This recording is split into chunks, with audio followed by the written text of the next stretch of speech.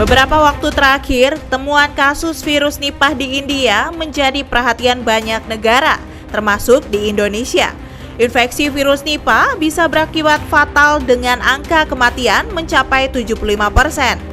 Penyebaran utamanya terjadi melalui kontak langsung dengan hewan pembawa yang diyakini khususnya kelelawar pemakan buah. Kini, wabah virus Nipah menjadi ancaman kesehatan global yang serius. Lantas, bagaimana gejala dan bahayanya? Simak informasi lengkapnya bersama Dr. Adityo Susilo, spesialis penyakit dalam, konsultan penyakit tropik infeksi, yang sudah hadir di studio Hidup Sehat pagi ini. Selamat menyaksikan.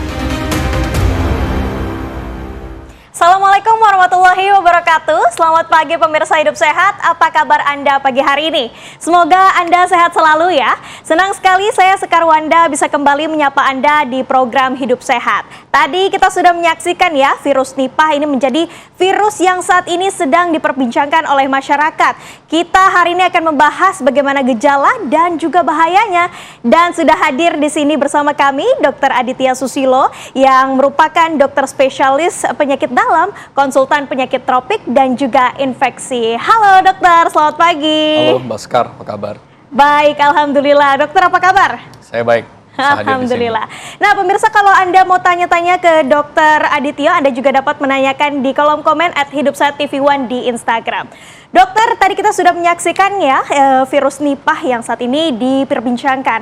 Ada fakta mitos nih dok, benar gak sih virus Nipah ditularkan dari hewan ke manusia melalui droplet atau cairan dari hewan tersebut? Fakta atau mitos? Kalau yang ini fakta. Fakta. Bagaimana penjelasannya dok? Jadi kita memang harus melihat dari sejarah ya. Kita selalu belajar dari sejarah dan kita mempelajari bahwa Nipah ini awalnya kita kenali dari KLB yang terjadi di Malaysia. Dan pada saat itu ada informasi dan fakta yang mengatakan bahwa outbreak yang terjadi pada manusia itu berhubungan dengan kondisi peternakan babi di sana. Dan pada saat ditelusuri, ternyata penyebabnya adalah virus Nipah, yang ternyata kita ketahui virus Nipah ini adalah suatu virus yang memiliki reservoir alamiah itu di kelelawar. Jadi kelihatannya ada interaksi dari droplets cairan tubuh di kelelawar itu yang kemudian mungkin dia makan buah atau yang lain, kemudian buah itu dimakan oleh babi di sana dan pada akhirnya babinya berinteraksi dengan manusia dan kemudian akhirnya terjadi infeksi di manusia. Jadi kelihatannya untuk pertanyaan yang pertama ini jelas jawabannya adalah fakta karena memang Nipah adalah penyakit yang sifatnya infeksi zoonosis. Jadi penularan dari hewan ke manusia. Oke, berarti fakta dan berasal dari hewan yakni kelelawar ya dok? Iya. Oke dokter, diskusi mengenai fakta mitos mengenai virus Nipah ini ada lagi nih dok. Katanya jangan konsumsi buah yang dibeli yang sudah terbuka atau terkupas karena dapat berpotensi tertular virus Nipah tersebut. Tapi jangan dijawab dulu dokter, kita harus jeda sejenak. Pemirsa, usai jeda kita akan kembali hadir untuk Anda, tetaplah di Hidup Sehat. Pemirsa, kita masih membahas mengenai virus Nipah. Dokter, tadi kan ada fakta mitos yang belum dijawab. Fakta atau mitos, jangan konsumsi buah yang sudah dibuka atau terkelupas karena ini bisa berpotensi terkena atau tertular virus Nipah. Fakta atau mitos, dok? Untuk pertanyaan yang ini bisa fakta, bisa mitos. Kalau kita belinya di supermarket yang memang sudah menjamin quality control, tentu ini harusnya mitos. Karena kan pada saat dia jual, dia yang membelah dan dia menyajikan dan dijual gitu ya di supermarket, harusnya itu kan sudah melalui mekanisme pemeriksaan dan dipastikan bahwa ini bukan buah yang rusak dan seterusnya.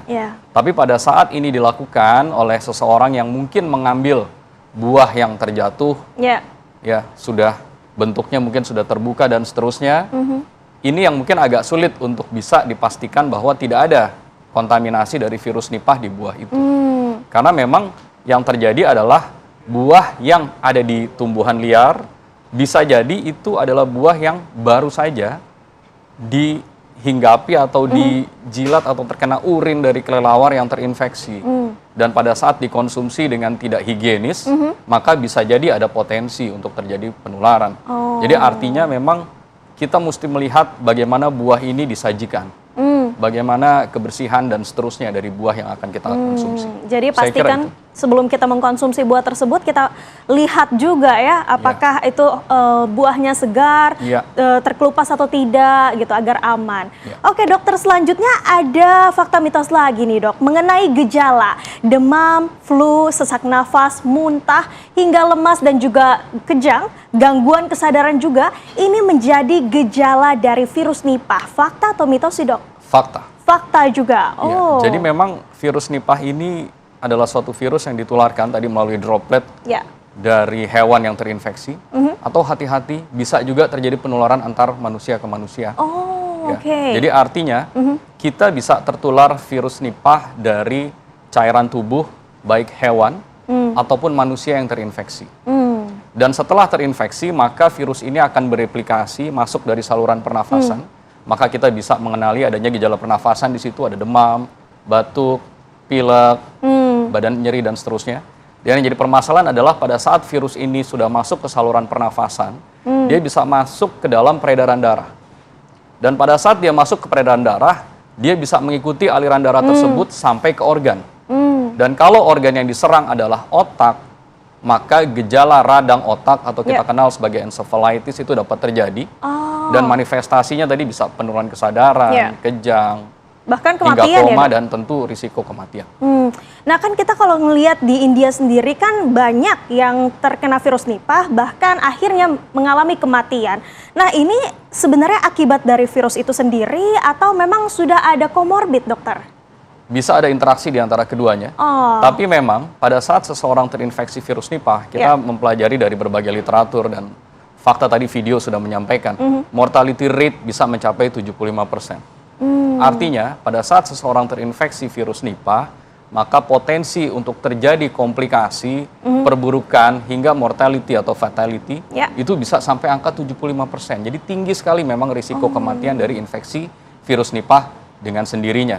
Begitu ditambah dengan komorbid, maka potensi untuk terjadi komplikasi tentu akan lebih besar. Semakin parah ya nantinya ya dokter.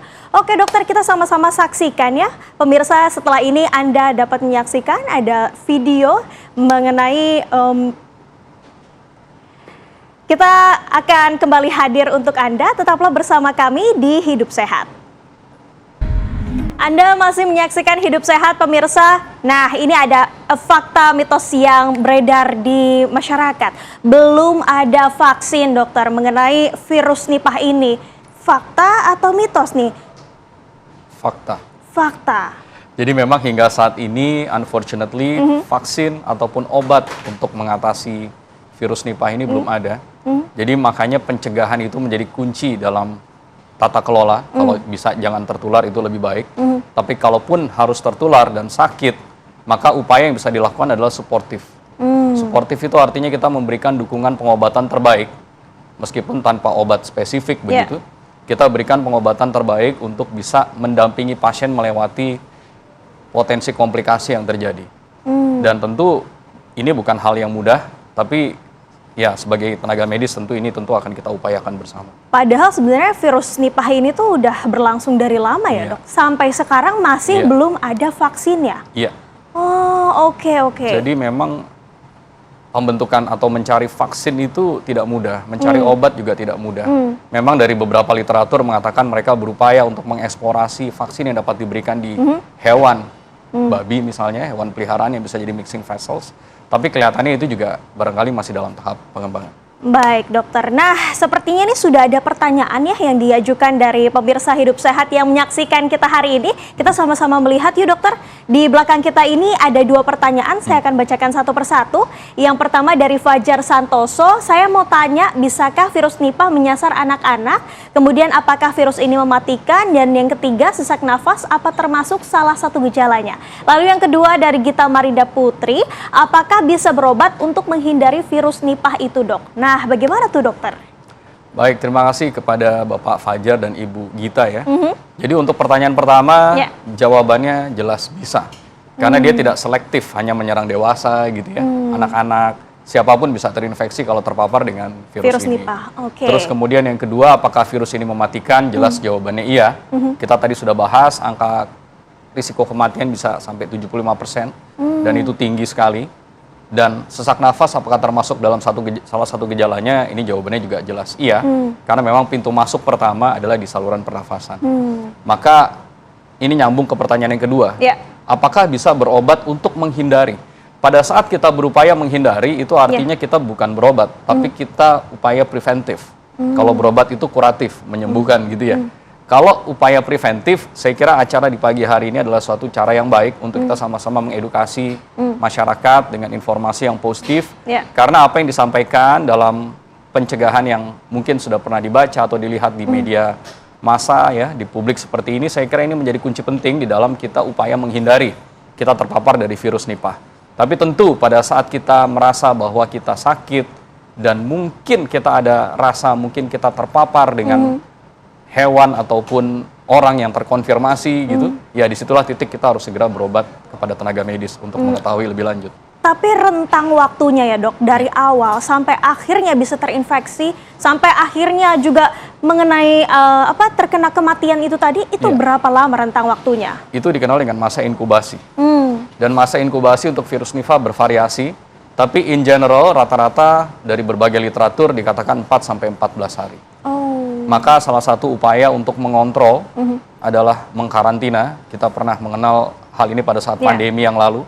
Dan karena rata-rata paling lama dalam 14 hari, meskipun beberapa kasus mungkin bisa lebih lama dari itu, maka kalau kita lihat berbagai panduan, upaya untuk mengkarantina seseorang yang dicurigai terinfeksi itu adalah 14 hari. Hingga kita memastikan masa inkubasinya memang sudah terlewati dan memang betul dia tidak sakit atau mungkin dia jadi sakit.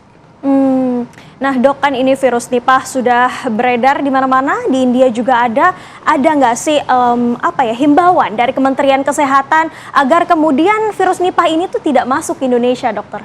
Ya, saya kira upaya bersama dari pemerintah kita perlu apresiasi karena kita bisa melihat dari berbagai stakeholders di Indonesia, saya kira sudah mendengungkan hal ini, termasuk TV One di pagi hari ini. Ini sebetulnya upaya positif untuk sama-sama kita mengedukasi masyarakat kita bahwa hati-hati virus Nipah itu sudah ada di dunia. Teman-teman kita di negara lain sudah terdampak, mungkin kita perlu berhati-hati. Dan saya kira stakeholders termasuk berbagai kementerian dan kita melihat juga barangkali di pintu masuk kedatangan orang dari luar negeri itu juga saya kira sudah memberlakukan beberapa protokol yang tentu kita berkaca juga dari pandemi yang lalu. Dan saya kira ini penting dan baik untuk sama-sama bisa kita ikuti. Nah dokter, minta tipsnya dong untuk masyarakat untuk bisa menjaga diri agar tidak terkena atau terpapar virus Nipah tersebut. Baik, jadi yang paling penting tentu kita harus memahami apa itu virus Nipah. Tadi kita sudah diskusikan bagaimana virus ini bisa menularkan. Kita juga sudah diskusikan. Jadi kunci penting dalam pencegahan adalah kita harus mengenal siapa potensi musuh kita dan bagaimana kita bisa berusaha untuk menghindari. Dan saya kira ini adalah hal penting yang dapat kita akses dari berbagai media, baik media cetak maupun media digital. Dan tentu selain daripada upaya ini, upaya untuk menjaga hidup diri kita sendiri. Jadi perilaku hidup sehat dan seterusnya ini juga menjadi kunci penting. Dan kita belajar dari pandemi yang lalu, cuci tangan. Kalau ada yang sakit mungkin kita pakai masker, etika batuk, memasak makanan dengan baik, makan makanan yang matang. Saya kira ini semua menjadi kunci penting di dalam kita ada upaya untuk mencegah terinfeksi dari virus. Saya kira mungkin demikian. Baik, terima kasih dokter untuk informasinya dan juga tipsnya. Kita berharap agar kita sama-sama ya tidak terkena virus Nipah tersebut karena kemudian faktanya pada akhirnya virus Nipah ini bisa berdampak kepada kematian.